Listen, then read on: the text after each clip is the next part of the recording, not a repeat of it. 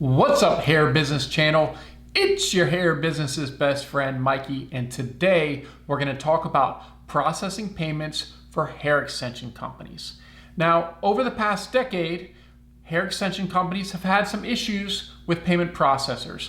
The main reasons are fraud and chargebacks. So, payment processors are a little bit leery of working with some new hair brands. So in this video, we're going to talk about how you, the hair company, can protect yourself and also form your relationship with your payment processor. Payment processors will start having an issue with your hair company if your chargeback rate is greater than 1% of orders. Now, this is not just hair company specific. This is all companies processing payments. So if you have 100 orders and you get one chargeback, you're at 1%. That's going to be a red flag in the payment processor's system. Now, if you have two chargebacks, that's a waving red flag because you're over that 1% limit. So you really need to limit your chargebacks to under 1%. A lot of this has to do with fraud in the industry. A lot of times someone will steal a credit card number and they'll order on your website. Now, they're not stupid in shipping it to their address, but maybe the person next door has moved out and they have the item shipped to that address. Hair extensions is a high fraud item because it's generally a high value per unit and there's no way to track it. So imagine stealing an iPhone. If you steal an iPhone, you can't do anything with it. Apple will shut it down. Hair is very different. Hair you can easily sell for cash and there's no way to track or trace it. So it's definitely going to be a higher fraud product. This is a huge issue for credit card companies that are processing payments for you. Now, you might get chargebacks and you might not, and the processors still might put your account on hold. The reason being is they want to make sure you are a legitimate business doing legitimate business with your customers and clients. So what they'll generally do is reach out to you and ask for some business documentation. This could be that you're registered with the state as an LLC, your business license, your driver's license. They could ask for invoices from your suppliers.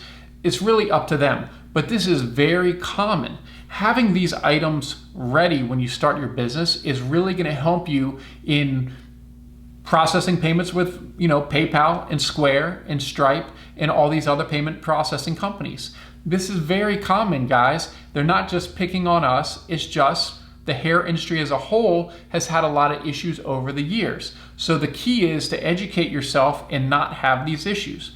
Very often, I've seen companies get their first order and it's $1,000 order and you're a brand new hair company, but since you're a new hair company, you're so excited you don't know any better.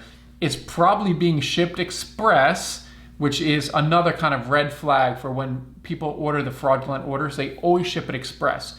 The reason being is they have to get it delivered before the person that has a credit card notices this charge on their statement and calls you up and says, hey, I didn't order this. What's going on?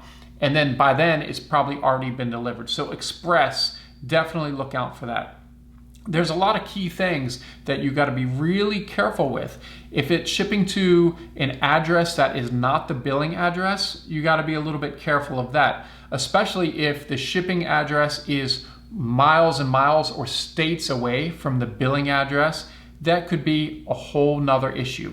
So you have to really be careful when processing payments and understand you need to build your relationship with the payment processors. Now, I can tell you with personal experience at Private Label Extensions, back in 2014 and 2015 when we were first getting started, our account was on hold all the time. And I swear it was always at like 5, 6 o'clock when I thought I was going home. And then we get this email that your PayPal account is fully locked. That freaked me out. But since we had our paperwork together, we would send it in and within usually 24 hours or so, it would be unlocked and everything would be okay. Now, I understand how this could be a huge issue because a lot of hair companies are selling the hair, they're getting the funds, and then they're purchasing the hair either from their wholesale supplier, like Private Label Wholesale, or maybe even drop shipping, like Dropship Bundles and Dropship Beauty. So real quick, if you're looking for wholesale or drop shipping, I'll put some links below to some of our amazing services. But if you, sorry, I had to do the shameless plug. If you don't have the funds and they're locked up, this becomes a huge issue, guys, because then the customer's freaking out, you don't have the money to get the hair, and it just overall a big problem.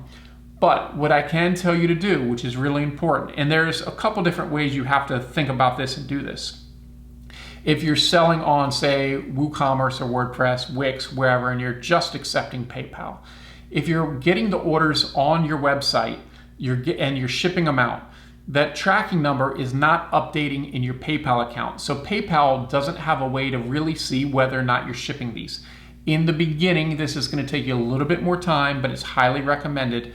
Make sure you take those tracking numbers and put them in PayPal. Because if PayPal puts your account on hold, one thing they always do is take 10 random transactions and say, hey, what are the tracking numbers for these? They want to make sure that you are shipping and delivering your products. This is very, very common.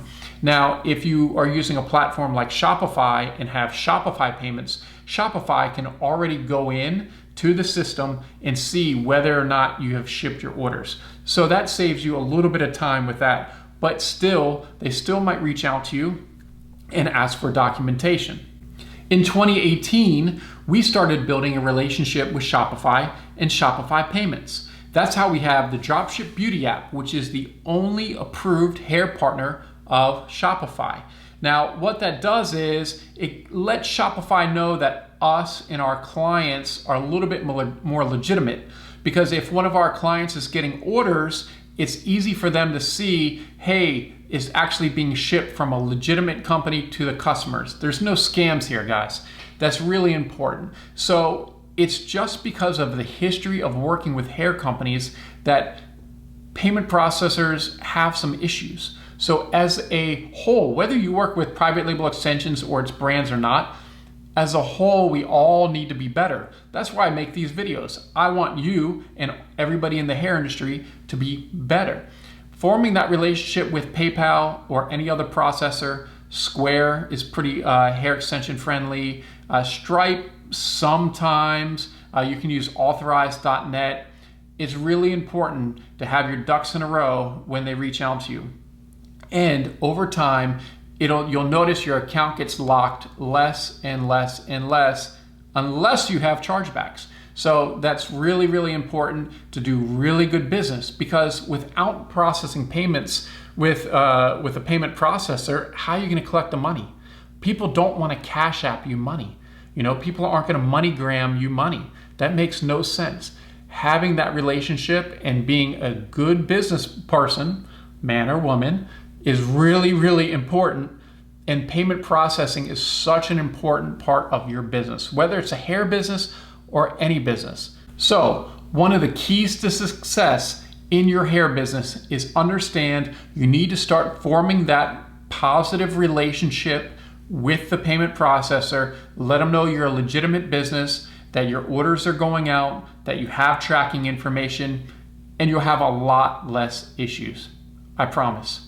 Now, if you have any questions about payment processing and payment processing for hair extensions, please feel free to leave them in the comments below, and I'll get back to you.